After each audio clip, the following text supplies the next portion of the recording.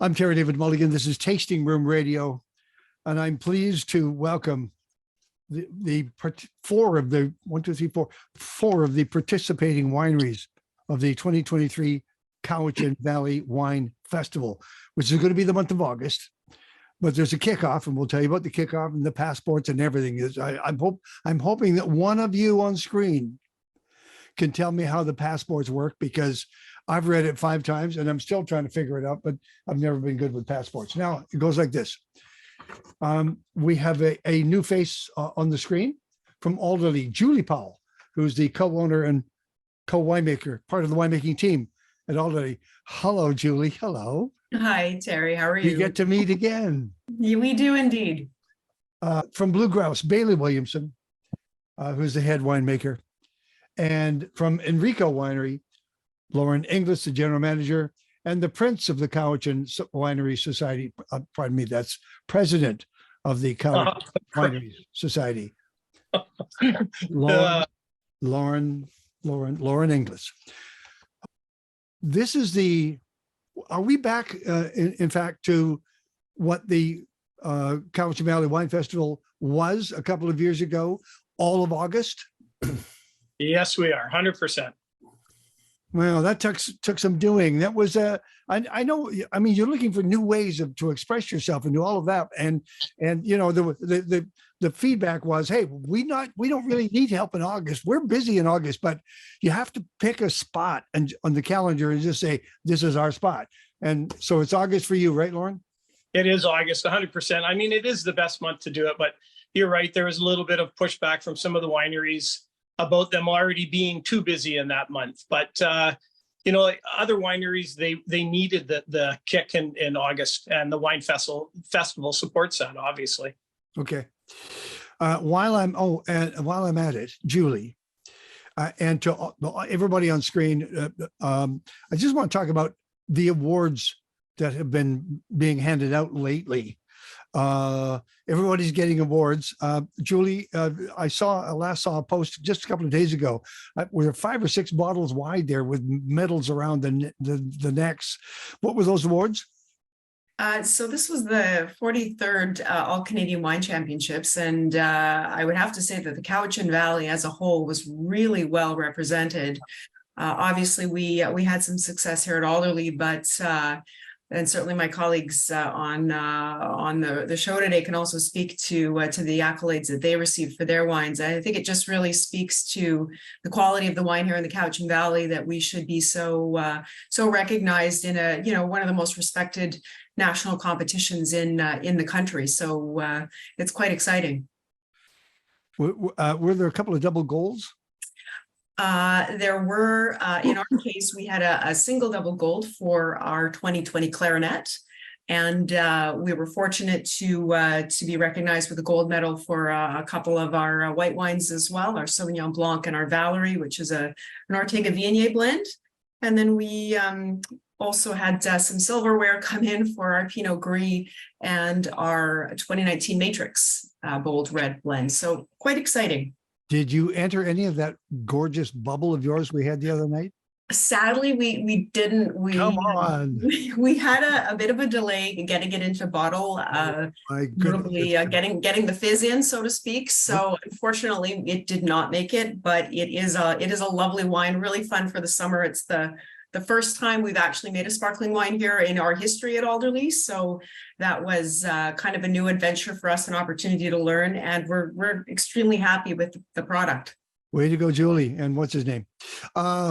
So Bailey at Blue Grouse. Awards. What do you want to talk about? What do I want to talk about awards, Terry? Is I think, as Julie said, it's great. The Cowichan Valley, for the amount of production that we make, I think we were punching way above our weight in the awards ceremonies. I don't try and get too hung up on it personally. Everyone's always trying to do better.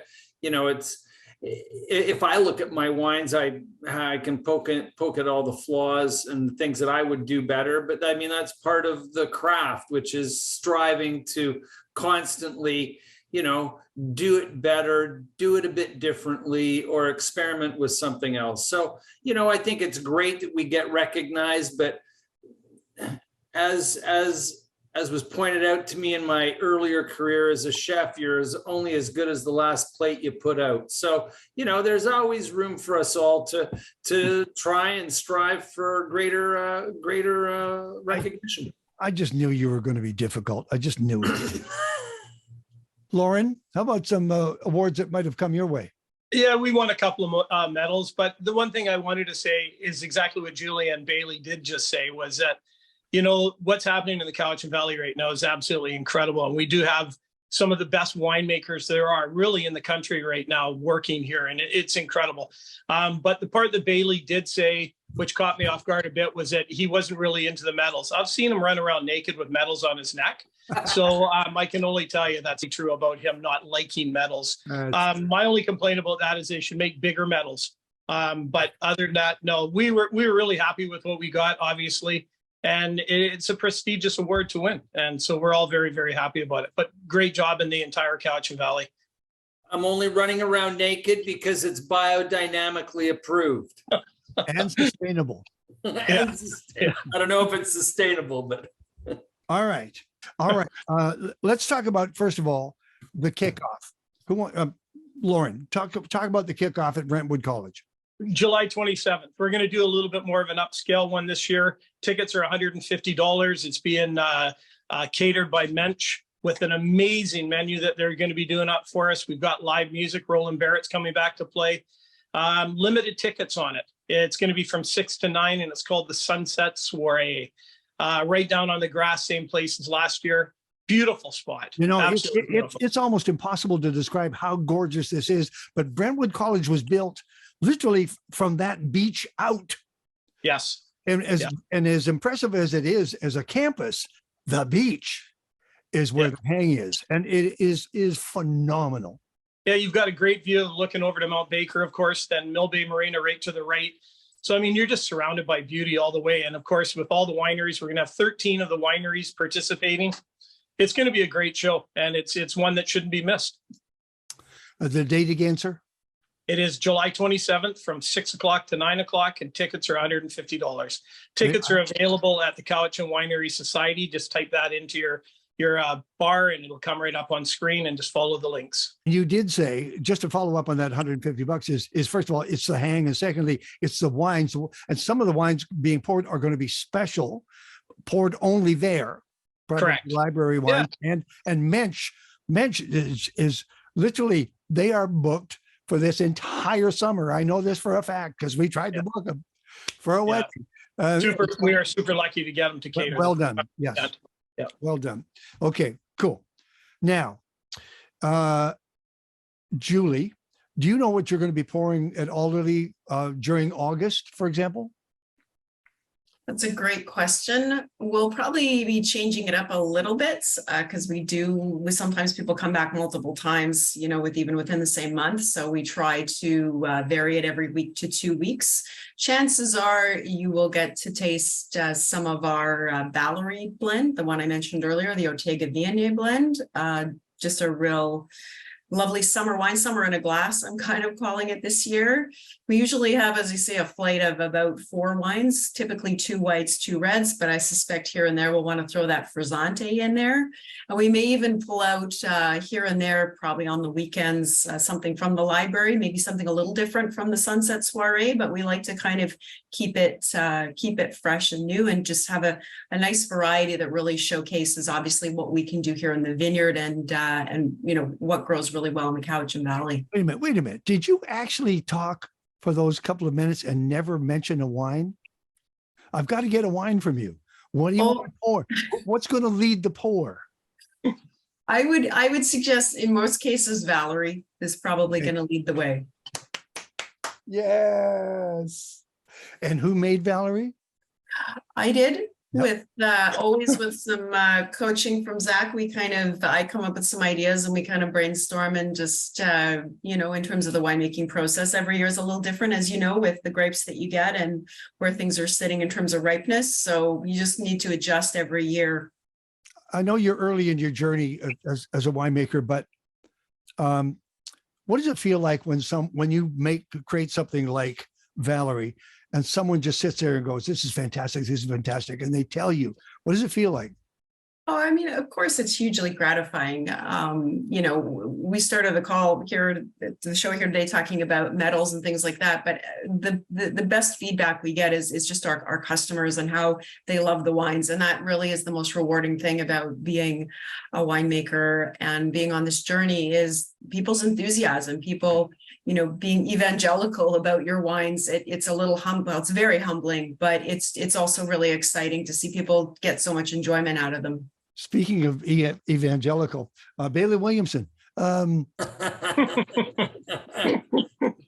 proselytizing. Do you know what your pours will be during August? Any idea? I think it's going to be mixed up a bit. I imagine the Blue Grouse Rosé will be there, which is 100% Gamay Noir. I suspect you will get some Pinot Gris, perhaps, and hopefully some Pinot Noir. But we've changed it up a bit upstairs for this year for the festival, and we are accepting drop-ins for a tasting of 3 wines. Bravo. So no reservation needed for that. But if you do want to come and hang out for a little longer, then you will need to make a reservation through our website and talk to make sure that you get a table. We don't want to turn people away, and we don't like it when we have to, because people are unaware that they need to have a reservation to take a seat and really enjoy the space that we have. Well done. How about Enrico? What do you want to do over there, Lauren? We'll be doing one of our sparkling wines, the celebration. We'll do the Ortega, of course, because it's one of our signatures, and probably the Rosé. And depending on the day, if we get some clouds, we'll do some reds. The Pinot Noir, the 2021 Pinot Noir, which is just about to be released, which we'll be releasing on July night. That's another one that we'll use as well. But one point Bailey made about the reservations, that's super important to check with the different wineries. Yeah, each winery has a different regulation, and some want reservations and some don't require. By the way, the wineries attending the party, my friends: Alderlea, Blue Grouse, Cherry Point, Damali, Devino, Deol, Enrico, Rocky Creek, Unsworth, Venturi, Schultze, Zanatta, and Emandare. Excellent. Wow. Now, let me get back to who's doing the music at the kickoff? Roland Barrett. Okay. So Rock and rolly. Rock and rolly, that's what we call them. Fantastic. Yep. You're gonna have music over there at Blue Grouse? Oh, I do not know. We have music tonight. I know that much. Okay. Julie, you gonna have anybody strumming a guitar over there? Or is Zach gonna be the DJ? And probably no guitars, maybe just the symphony of Vino barking as she welcomes you to the vineyard. Okay. So once again, just let me run this by you. Alderlea, Blue Grouse, Cherry Point, Damali, Devino, Deol, Enrico, Rocky Creek, Unsworth, Venturi, Schultze, Zanatta, and Emandare, all attending. The kickoff then leads into all of August. And a very good point that was raised. Some of the wineries require reservations, so just check with the wineries. By the way, the website, who wants to give the website? Lauren. Cowichan Winery Society. You can just type that in your bar and it'll come right up, and you can follow the links, ticket sales, all the different events that are going on. Everything will be right there for you. Okay. Anybody want to talk about Zanatta? Oh, yeah, sure. Give Jim a plug. Jim and Loretta are institutions here. I mean, their vineyard was planted before ours here at Blue Grouse, and they've been making top flight sparkling wine there for a couple of decades now. So yeah, don't miss out on that. And then when you go in, you'll also notice the terrazzo floor. That is that's state-of-the-art stuff. because the other side of the family has matrix marble. And that's where you'll notice all the marble in the tasting room. It is a classic. If Hollywood were to build a small winery, that was the Zanatta's the one you'd build. If you didn't have money like I'm going to open this up to discussion for just a second, and just an open couple of questions here. Who's coming now to the Cowichan? Are you noticing younger, older, female, male groups, individual? What kind of trends are we looking at, Lauren? I think definitely we are seeing a lot more younger people now come into the picture. And by younger, I mean, let's put it at 25 to 35, that demographic right there, which is really interesting. And the one thing I found too is that the people that are coming in are a lot more knowledgeable now than they were 5 or 6 or 7, 8 years ago. There's just a lot of ability for them to go to learn about the wines, but it's a combination, male and female, obviously, but right now, I think that we've got a bit of a push for that younger 25 to 35 crowd, and a lot of Americans, a lot of tourists right now, of course, because we're open full tilt. But how about you, Julie?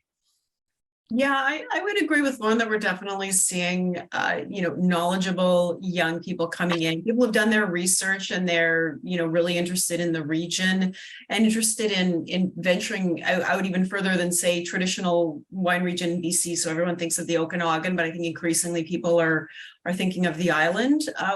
Generally speaking, I think the best descriptor, though, for customers is just diverse, both in age, demographic, whether they're local or they're local to BC or Canada, or, we do get the visitors from overseas as well. So it's a really nice mix of customers, and with varying levels of knowledge as well. So it's nice to see the people who are new to wine, and then the people who, quite experienced, but maybe are discovering our region for the first time. Bailey? I know I'd have to agree with both my colleagues here.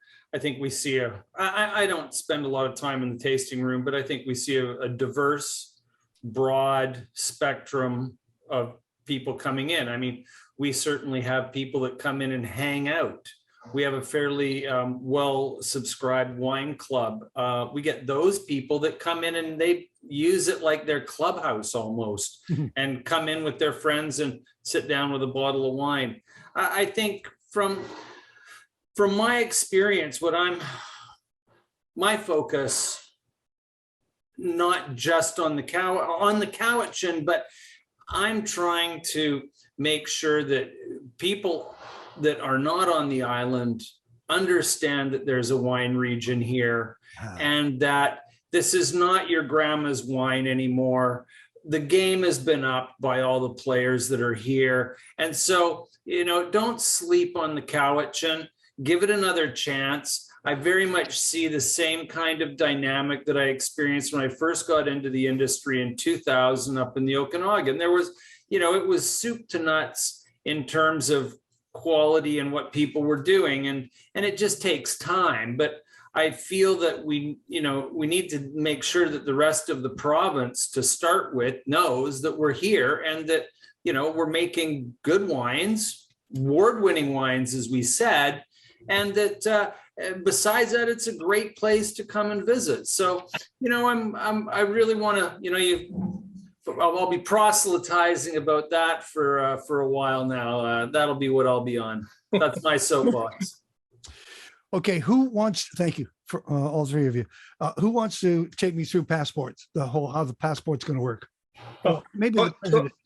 So it's going to be a passport again. One of the things that happened in the past with the passports was people felt that they had to go to every winery, get a stamp in order to be eligible for any of the prizes that were up.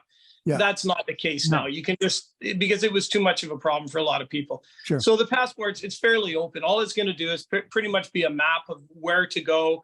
The same process, I'm just going to interject quickly before we get too far into the passport, is the glass will be your ticket as it has been in the past. So you purchase the glass, that is your entrance into each of the wineries. And we're doing the 3 for free, or that's what the principle is going to be. But the passport, it's basically just going to be a map. fill it out, hand it in when you're finished on the end of the whole festival. And there's a lot of prizes that can be won because of it. And that's it. We're just trying to keep it simple the way it was a couple of years ago, Terry.